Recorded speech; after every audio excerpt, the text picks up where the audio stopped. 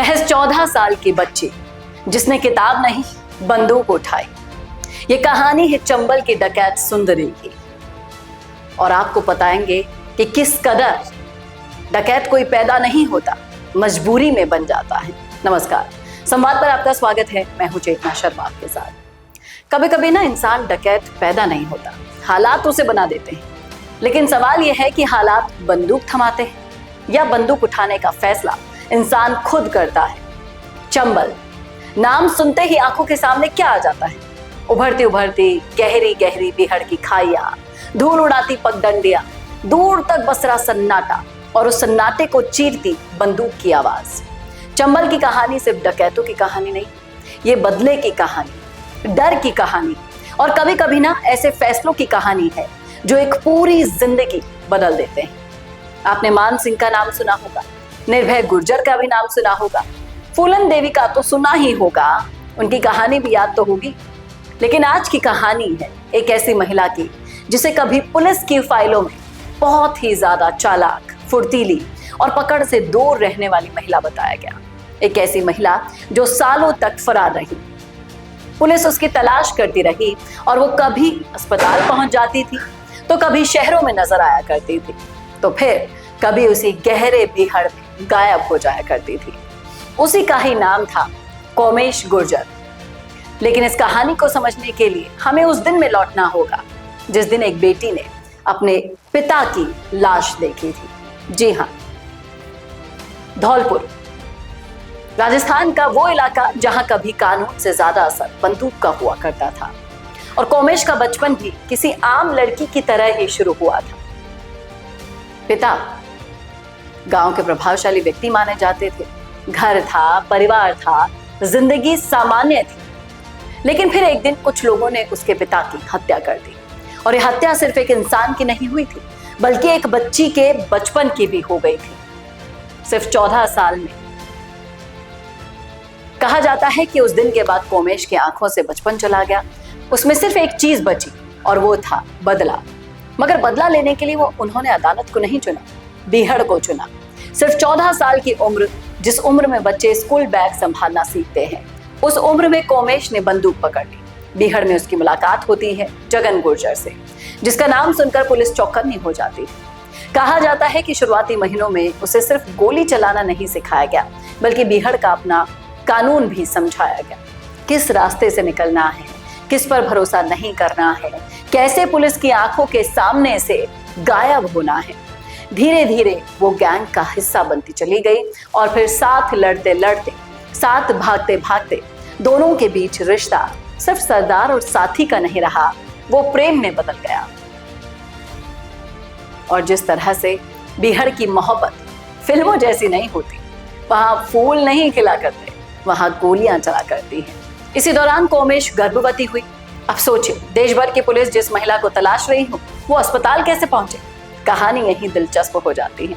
बताया जाता है कि बहुत ही ज्यादा सावधानी से उन्होंने अपनी पहचान छिपाई और एक निजी नर्सिंग होम में अपने बच्चे को जन्म दिया। कुछ दिन अस्पताल में रही, फिर उसी बिहड़ में लौट गई। पुलिस को भनक तक नहीं लगी और यही वजह है कि उनके बारे में कहा जाता है कि वो सिर्फ बंदूक नहीं चलाती थी, दिमाग भी उतना तेजी से चलाया करती थी।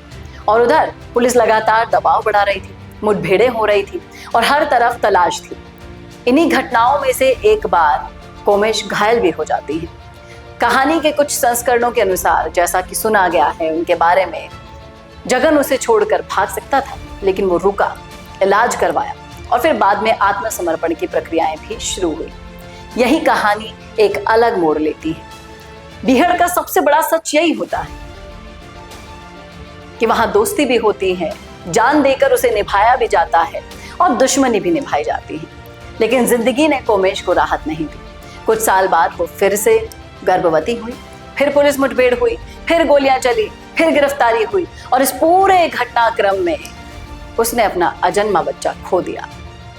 बिहड़ की जिंदगी भी शायद यही होती है, जहां हर जीत की कीमत किसी अपने से चुकानी पड़ती है। पहले पिता, फिर अपना अजन्मा बच्चा। समय बीत गया, उसके खिलाफ हत्या, डकैती, अपहरण, फिरौती, कई सारे गंभीर मामले दर्ज हुए। फिर जेल, जमानत, फिर गिरफ्तारी, फिर अदालत। और उसकी जिंदगी अदालत और बीहड़ के बीच झूलती रही। बताया जाता है कि जब उसे पेशी पर अदालत लाया जाता था तो लोग उसे देखने पहुंच जाया करते थे।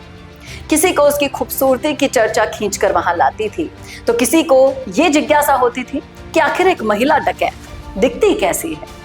लेकिन भीड़ कभी किसी इंसान का सच नहीं जानती। भीड़ सिर्फ किस्से सुनती है, जिंदगियां नहीं देखती। जेल से बाहर आने के बाद कोमेश ने सामान्य जिंदगी जीने की बहुत कोशिशें की। खेती की, भैंस पाली, दूध बेचा, बच्चों की परवरिश की।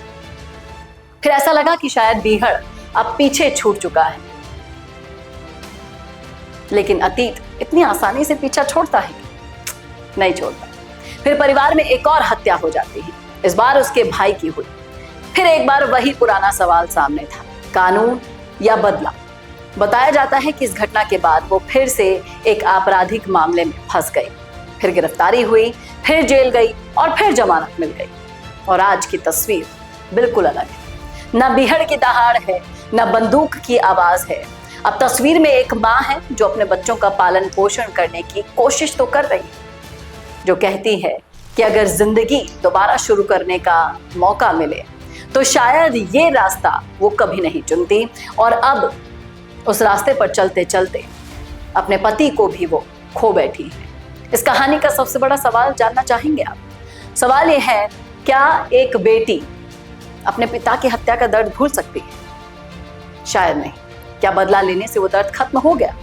शायद इसका जवाब भी नहीं, क्योंकि बदले की आग दुश्मन को जितना जलाती है उतना ही उस इंसान को भी जलाती है जिसने उसे अपने भीतर जिंदा रखा।